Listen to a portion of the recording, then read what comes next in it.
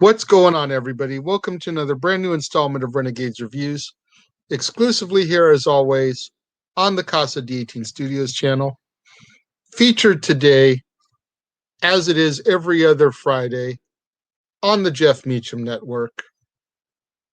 I am the Renegade J.J. Williams, and today I'm going to be discussing from 2010, Legendary, starring John Cena, Patricia Clarkson, Devon Graye, Madeleine Martin, and Danny Glover. Thank you all for joining me here once again on another brand new installment of Renegades Reviews, like I am every single day here on the Casa D18 Studios channel. For those of you that only tune into me every other week when I am here on the Jeff Meacham Network, thank you to those of you for watching me today as well. I do greatly appreciate it. Like I said, today I'm going to be discussing the John Cena film, Legendary. And, you know, it's really hard to review a movie when one of your main actors is someone that you can't see. Sorry, I had to get that one in there. Anyways, our movie begins with our main character, Cal Chetley, and he's down on the riverbank messing with this motor that he's always tinkering with. Three boys approach him and decide they want to mess with him and punk him out. No apparent reason, it seems. A stranger comes by the name of Red, and he begins to ask Cal, where the fish are biting at. Cal tells him a good spot to go. Red thanks him and is on his way. We then meet Cal's brother, Mike, John Cena. And Mike is working on an oil rig. Mike gets fired due to cutbacks. The next day, Cal goes to the gym at school and he observes wrestling practice. Afterwards, he meets up with Luli, who's a longtime female friend of his. Now, they're not like boyfriend-girlfriend, but they've known each other forever. Luli has just gone through puberty and has developed over the last few months, year, whatever. So she's giving free shows to the boys of her new developments. Cal asks Luli if he should try out for the wrestling team.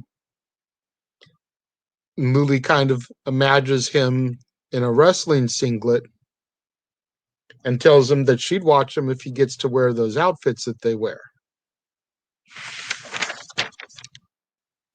That evening, we see Cal in a room looking at all kinds of, I guess you'd call them clippings or scrapbook type of features that belong to his father, Mac, who was a wrestler, and his brother, Mike, who was a wrestler. And we see him looking at his father's obituary, which is written by his best friend, Harry Newman. The next day, Cal returns to wrestling practice and he tells the coach that he wants to join the team. Coach puts him in there with Barrow, who's one of the stars. He's also one of the boys that punked Cal out. Now, because of their past history, the boys both take shots at each other. That night, Cal tells his mom, Sharon, that he's joined the wrestling team. Sharon does not approve. Because of the fact that Mac was a wrestler, because of the fact that Mike was a wrestler, Sharon doesn't want Cal to become consumed by wrestling the way they both were. But Cal feels like wrestling is going to be what brings him and his estranged brother Mike back together again, and the whole family back together again. Luli comes over before school the next day, asks Cal if he likes her new outfit. He approves. Cal then asks Luli if she thinks he should wrestle. She approves. Both of them very much supportive of each other. They definitely give off boyfriend-girlfriend vibes very early on in the film, even though at this point they're just lifelong best friends. Cal then gets onto a bus and goes to find his brother. When he does find Mike, he asks him to teach him how to wrestle. Mike shuts him down. Cal asks, if he can visit again sometime because he wants to get to know his brother. Mike shuts him down again, telling Cal basically, man, there's nothing in my life right now that you want to be involved in. Sharon goes down to the wrestling coach and tries to get him to not allow Cal to wrestle. Coach says that he can't do that, but what I can do is I'll watch him. I'll make sure he does things for the right reasons and that he doesn't get consumed the way Mike did. The next day, Cal bumps into Red by the riverbank again. And the two begin to talk about Cal's desire to wrestle. And how, he thinks that it'll bring him and his brother Mike back together again. The next day, when the matches are going on, Cal sits on the bench in the bleachers. He's just an alternate, so he doesn't compete in the weekly matches. While he's watching, a boy gets injured. And this opens Cal's eyes really quickly. Number one, the dangers and that injuries are possible. Number two, now he's the alternate. He's going to have to compete the next week.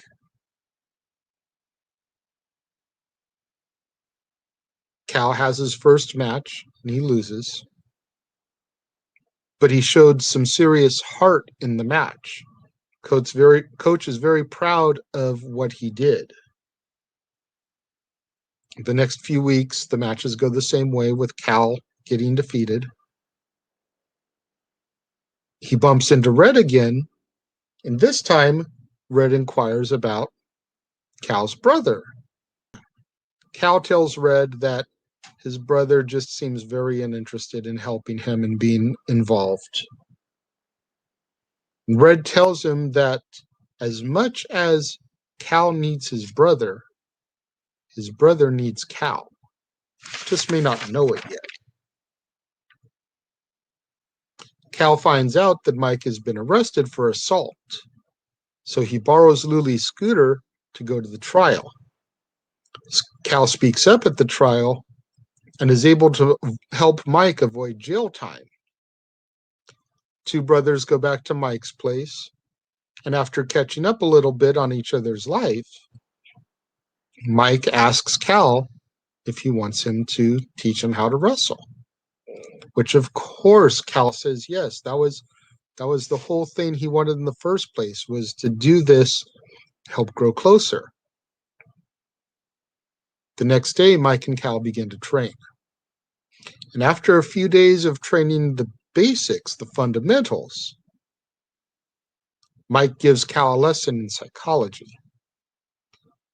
the art of psyching your opponent out. At the next match, Cal scores his first victory, making Sharon and Luli very proud. Over the next few weeks, Cal is able to win some more matches. He loses a couple, but he wins more too. Mike even finds another job after being fired from the oil rig. Now that he's cleaned himself up a little bit, able to get a job again, start providing for himself. Luli asks Cal if they're going to go to the school dance together. And Cal tells her, yes, of course I'm going to take you. Sharon and Luli then bond a little bit while Sharon gives Luli a little bit of a makeover. Because Luli is kind of this, I wouldn't say goth girl, but she definitely has a different sense of style compared to most girls. So, Sharon's giving Luli a little bit of a makeover there. While at the school dance, Barrow tries to have his way with Luli. He wants to see what all the other boys have seen since she's developed. Tries to unzip her dress so he can get a little bit of a show from her. Cal comes in to defend her, and thanks to the training that he's done with Mike, he's able to take Barrow down. Luli, of course, feels embarrassed, all down on herself, because in the beginning of the movie, she was the girl that was showing her goods to everybody. Now she doesn't want to do that anymore. She feels like her and Cal have grown even closer than they already were.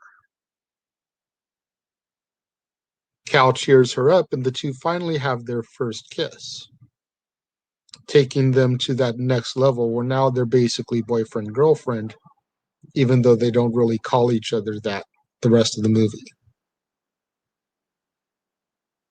Mike goes to a local bar, and the guy from the assault is there. The guy provokes Mike, and the two end up getting into a fight.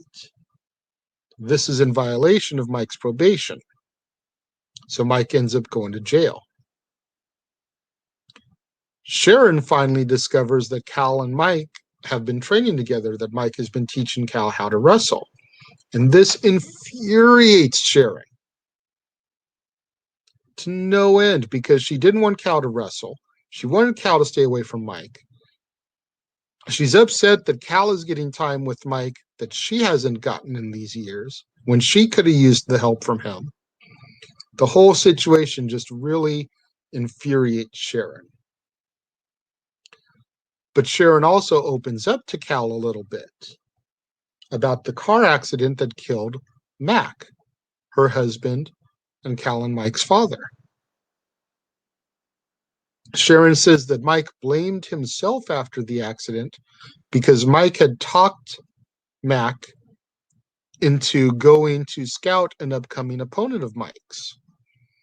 The two of them were going to drive, check this opponent out that he was going to be facing, despite the fact that there were bad weather conditions. The accident happened. Mike got thrown from the car, which is how he survived. Mac did not, and that's how he ended up dying.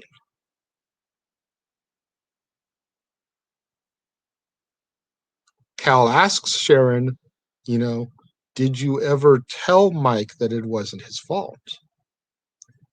And she doesn't reply to it.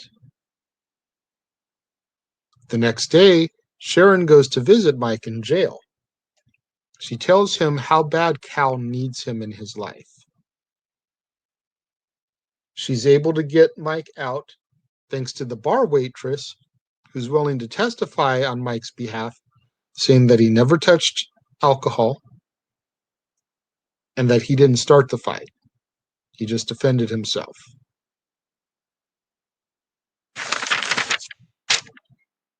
At regionals, which is a multi-day tournament, Cal seems unstoppable, advancing all the way to the semifinals before the next day. Sharon admits to Mike that she blamed him when she should have been protecting him, and she never made it right to him.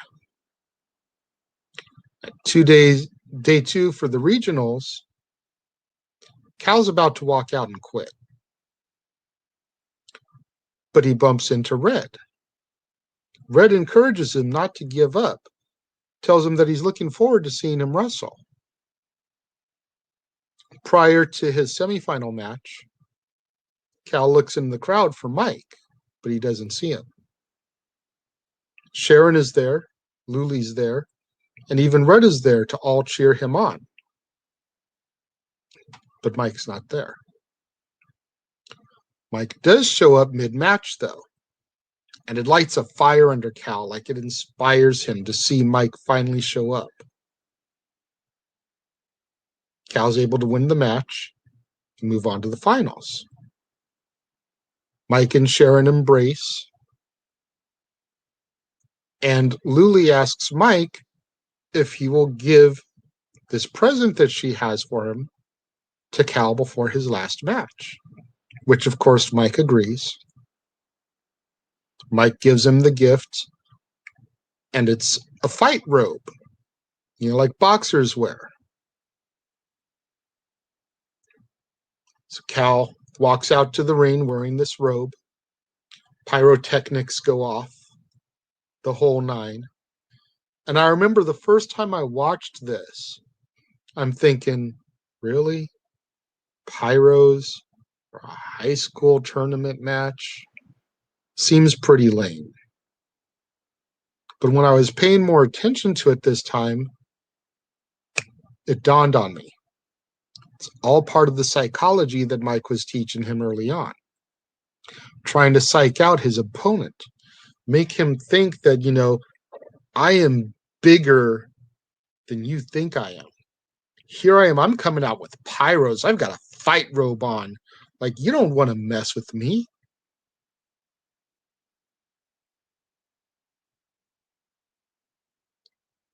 Mike sees Red in the crowd before the finals match, and he points him out to Cal. Mike tells Cal that is Harry Newman, the man who wrote Mac's obituary. Mac's old wrestling coach. Cal is blown away by this revelation. He's only known him as Red. So the fact that this stranger who's been popping up at the perfect moment throughout this entire film connects to his father. It's almost like his father has sent Red to be at these places at the right time. So Mike tells Cal, you know what? Dad is here right now. You got to figure the family's back together. Mike is back with Sharon and Cal. Red is there, old wrestling coach. Dad is here right now. During the finals, Cal is behind on points. He's going to have to pin his opponent to win. So he sets up for a special maneuver that Mike taught him, called the reverse cradle. He hits the move, and he tries to cinch it in, but time runs out on the clock before he can get the shoulder down for the pin. Cal's opponent is declared the victor via points by the judges. But everyone is still proud of Cal and everything he was able to achieve. We then hear Harry, narrate and voice over the finish of the movie, saying that Mac had always asked him to keep an eye on his boys if anything should ever happen to him. And that Red is happy to report that the boys are fine and so is your girl, Sharon, your wife.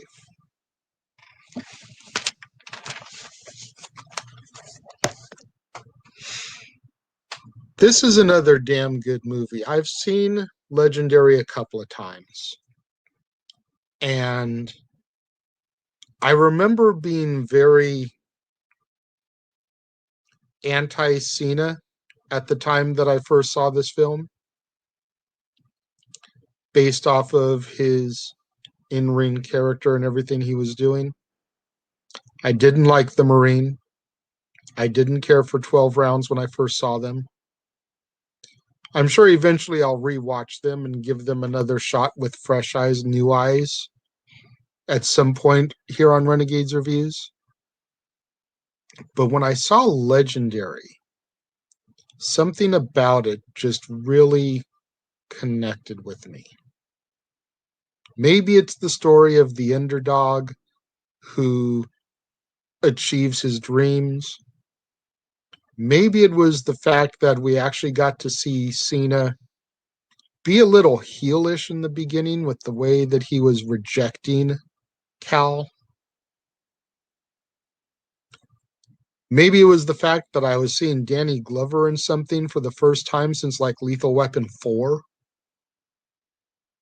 But there was something about this film that really, really resonated with me, and I enjoyed it. To date, it is probably my favorite John Cena film. I will be touching on the reunion later this month, one I haven't seen, so possibly that could change. I know that there's other films that he's done here in recent years since he's become more of a Hollywood actor, doing everything that he knocked Dwayne for doing back when they had their Mania feud, if we're being honest. But I digress. We're not here to talk about wrestling. We're here to talk about movies that star wrestlers. When it comes to my rating for Legendary, without question, 4 out of 5 stars. This film is just so damn good. Again, the performance of Cena, the performance of Danny Glover as Red, Patricia Clarkson as Sharon, the Devon Graye for Cal, just superb performances all around. What do you guys think of Legendary? Let me know. Leave your thoughts in the comment box below. I will respond to them, and I might actually read one on Renegade Recap at the end of the month. Let's not forget to get out there on social media, get those hashtags trending, hashtag Casa D18 Studios, hashtag Renegades Reviews, hashtag Renegade Returns, hashtag Jeff Meacham Network, and of course the ever popular hashtag Shenanigans. We interrupt this episode of Renegades Reviews for an important announcement about merchandising. Merchandising? What's that? Merchandising. Come, I'll show you. Merchandising, where the real money's made. Make sure you go over to teespring.com/stores/Jeff Meacham Network for all the t-shirts you see here from the West Coast professor, Jeff Meacham himself. You can get shirts for the Jeff Meacham Network, Talk Wrestling, as well as the red and gold Meachamania shirts. And while you're there, don't forget to get your shirts of the Casa D18 Studios Brotherhood, the Dads on Wrestling shirt, the Renegade JJ Williams, Statboy Sports Bar, and the hashtag StatBoyApproved shirt. Make sure you go over to teespring.com/stores/Jeff Meacham Network and score your shirts today. Don't forget to do what that commercial just told you. Get out there, go to teespring.com/stores/Jeff Meacham Network. Get your official gear of the Jeff Meacham Network, your Meachamania shirts, your Talk Wrestling shirts, your Jeff Meacham Network logo shirts. Get you your official merchandise of the Casa D18 Studios Brotherhood, your Renegade JJ Williams shirt, your Dad's Not Always on Wrestling shirt, Statboy Sports Bar, and so much more. Tomorrow, right here, when we're back exclusively on the Casa D18 Studios channel with a brand new installment of Renegades Reviews. Make sure you join me as I will be discussing Vendetta, starring Dean Cain and The Big Show. Not going to want to miss that. Definitely going to want to be back here to check that one out. Thank you all for joining me. I appreciate you guys, and I will see you all next time.